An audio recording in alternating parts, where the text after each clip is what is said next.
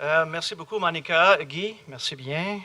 Au plaisir de vous avoir rencontré l'autre jour au Jeune Homme Canada. Great to be here. Thanks for all coming out. Nice to see some familiar faces. My brief remarks are really around, I'm going to open and close them with two individuals. I'm going to begin with E.O. Wilson, the Harvard biologist, and I'm going to close with Leonard Cohen. We'll see how that works. American biologist E.O. Wilson once expressed his concern over what he considered the humankind's challenges. In fact, he called this, in a phrase, Paleolithic emotions, medieval institutions, and godlike technology, which I think is quite current today. Our Paleolithic emotions have led us to a place where fact, fiction, and fakeness are intermingled. And I'm not just talking about the intermingling of our genes here with Neanderthals, as demonstrated by Svante Pavo in Germany in his famous book, Cousins in Caves. He leads, by the way, the Neanderthals Genomic Project, which is kind of interesting. Indeed, globally, trust in our traditional institutions of knowledge have been affected, and the erosion of public confidence has been the result. Further, the emergence of so-called disruptive technologies combined with a digisphere propagating information at massive scales with no filters have left us with a dangerous cocktail that threatens basically to drown us. But as we were reminded by Joel Mokyr, the economist, in his book on the origins of the knowledge economy, The Gifts of Athena, culture and institutions matter in the trajectory of progress, and our progress brought about by new knowledge has far outpaced our ability of learning to manage human behavior. But let me give you an example that is actual, not fictive. It's the first weekend in June 2001. I have the privilege of accompanying the Canadian Science Minister hosting the 21st Carnegie Meeting of Science Ministers and Chief Scientists in a very small town just outside of Quebec City, where said minister was its former mayor. I'm wearing charcoal gray, which I usually wear. It's overcast. The meeting does not start well. The co-founder of the Carnegie Group, William Golden, who was former science advisor to Harry Truman, slips and falls in his room at Chateau Frontenac and is sent to the Quebec hospital nearby with a fractured hip.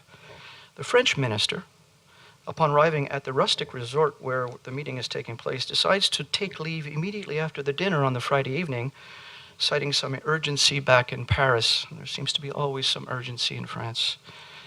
The next morning, with the media having leaked on the front pages in the media, the site of the meeting, along with attendees, sees a mixed group of protesters gathered outside of the venue clamoring for attention.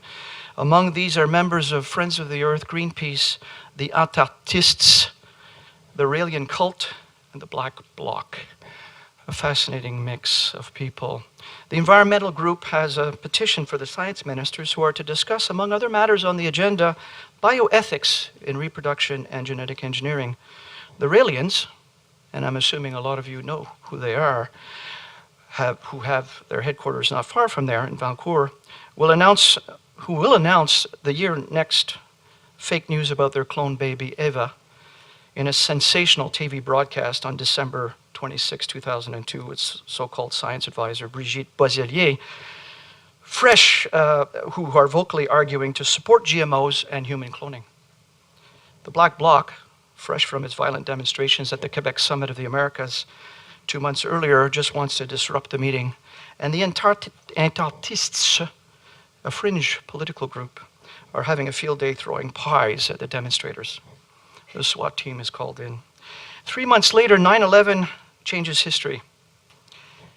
And said Canadian minister mobilizes a very high-level Canadian delegation to Washington to discuss joint collaboration among the two countries' research assets in dealing with counterterrorism, infrastructure, biosecurity, and related social sciences issues such as the psychology of fear. Today, 17 years later, the spread of knowledge, useful and otherwise, continues to find its way in every corner of the globe.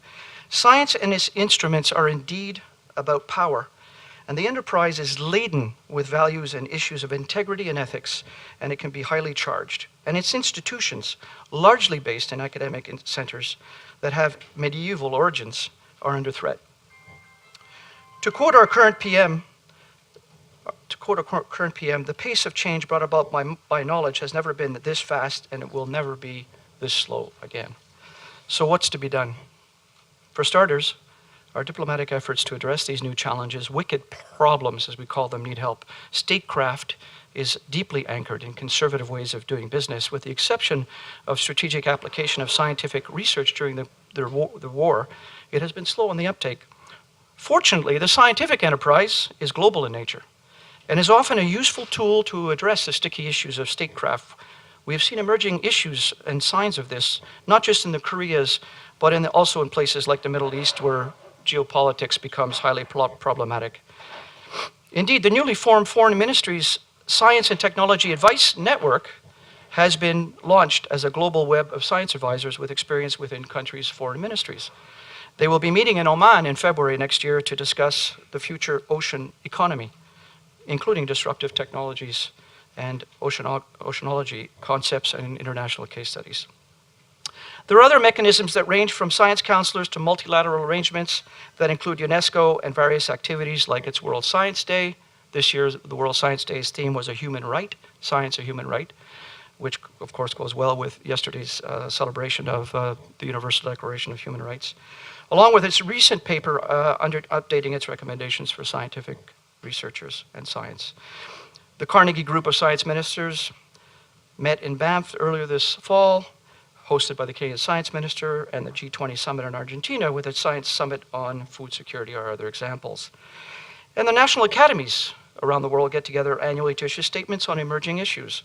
The G7 Arctic Sustainability event in Montreal earlier this year, organized by the Royal Society of Canada, is one such example, and students groups such as the Science Policy Exchange based in Montreal are also increasingly active.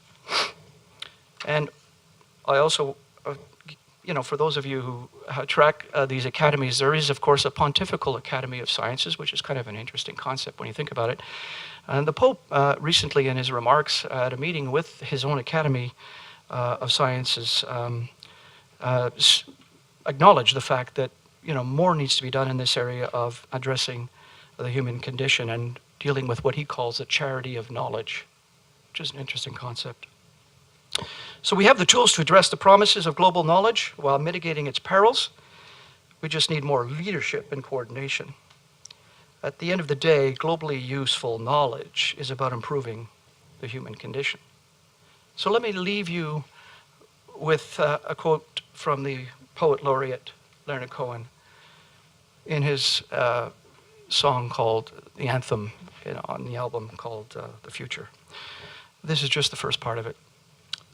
The birds they sang at the break of day, start again, I heard them say. Don't dwell on what has passed away, or what is yet to be. Yea, the wars they will be fought again. The holy dove, she will be caught again. Bought and sold and bought again. The dove is never free. Ring the bells, they still can ring. Forget your perfect offering. There is a crack in everything. There is a crack in everything. That's how the light gets in. Merci beaucoup.